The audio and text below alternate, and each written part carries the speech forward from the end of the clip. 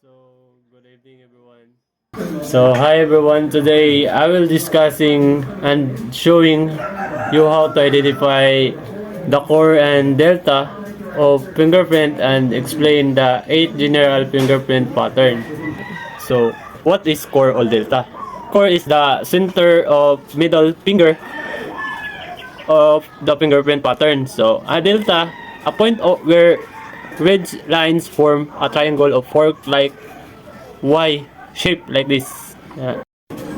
Now let's go to over 8 fingerprint pattern in easy terms. So number one is ulnar lobe. Lobes open towards the little finger or pinky swear. Core in the middle of the lobe. Delta below the at the point where lines is spent into a Y. Number two is radial lobe. Lobe opens toward the thumb. Center of the lobe, delta, the lobe forming a triangle shape. Number 3 is plain whorl or circular pattern like a bull's eye. Center of the circle, deltas to one of each of the circle. Number 4 is the central pocket lobe whorl. Looks like a whorl inside a lobe.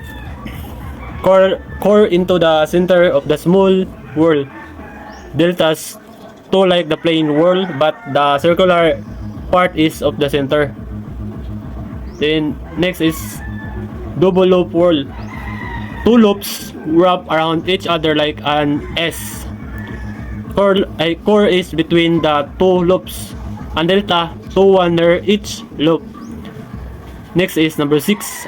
Next is accidental whorl, or a mix of pattern that don't fit in any other types. Core in the middle of the word mix. Deltas 2 or more depending on the pattern. And number 7 is plain arc. Ridge go up and back down like a gentle hill. Then ang core niya is top of arch, no clear data in most cases.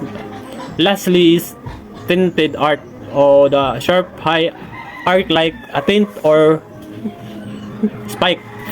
So the core is top point of the arc, and deltas sometimes has a small delta at the base.